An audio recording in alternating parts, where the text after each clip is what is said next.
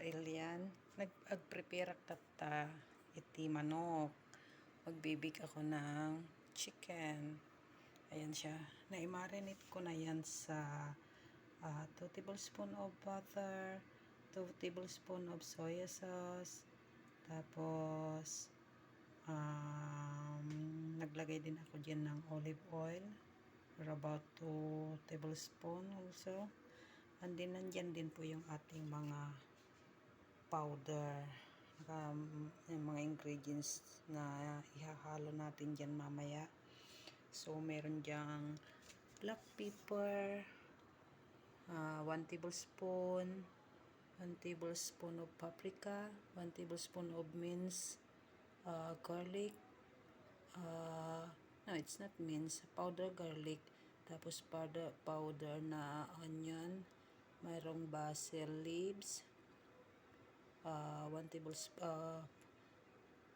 and a half tablespoon of brown light sugar, and then paprika 2 tablespoon, tapos yung seasoned salt na 1 tablespoon also. So lahat ng yan imimix po natin yan mamaya sa ating chicken. At pagkatapos po nyan, pag na-mix na natin, i-leave lang po natin siya ng 30 minutes. And then, after 30 minutes, pwede na po natin siyang i-bake. I-bake natin siya sa 400 Fahrenheit, 400 sa bake. Sa bake naman, pag natapos na siya sa 20 minutes, pwede na po natin siyang tingnan at i-flip po natin siya para sa kabila naman natin siya i-bake ng another 20 minutes. And then, after 40 minutes, all in all, i-check natin yung chicken natin kung okay na siya, kung luto na. Kasi makikita naman natin, check natin siya. And then, pag okay na po siya, ilipat naman na po natin yung ating oven sa broil. I-broil natin siya ng 2 to 3 minutes, depende po sa magiging outcome ng skin ng chicken natin. Kung medyo brown na siya, so yun, okay na po siya. Para mas maganda namang tingnan kaysa naman sa light yung kulay ng skin ng chicken. Gawin natin medyo mag-dark ng konti. Hindi naman siya yung dark na dark, pero mas maganda kasing tingnan yung medyo mamula-mula na yung skin ng chicken. So, doon, after nun, check na natin kung anong lasa. Diba? So, yun. Hanggang dyan na lang. Thank you. So, ito na po yung powder ingredients natin. I-mix po natin siya. Yan. Pag halo-haluin po natin sila mabuti, siguraduhin nakamix siya ng mabuti para pag ilagay natin siya sa ating chicken ay talagang pantay ang lasa ng ating ingredients sa manok. So, na-mix na po natin. Huwag na po tayong gumamit ng gloves dahil ang totoo, dalawa lang kami ni Mr. ang kakain dito. So, ayan. Na-mix na natin siyang mabuti. Sinigurado ko lang na yung mga buo-buo ay talagang nadurog siya. Ayan. Tapos, mimix na po natin siya sa ating chicken. Ganyan po. Siguraduhin din natin na lahat ng parte ng ating chicken ay malalagyan ng ingredients para po pare-pareho po yung lasa.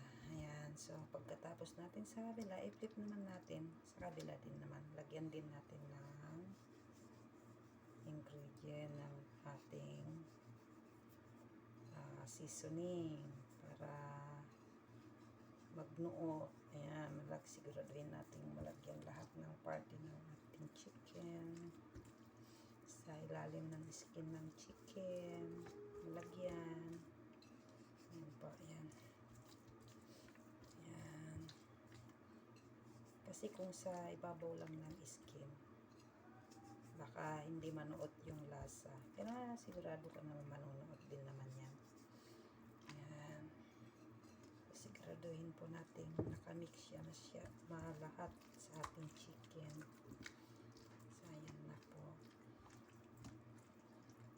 melting butter, nanuot siya.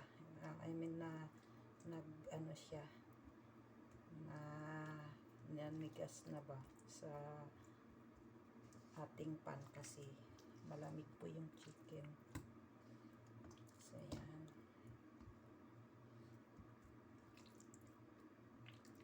Yan. After nating na-mix yung ating ingredients sa chicken, ayan, pumano na natin siya ng 30 minutes dyan.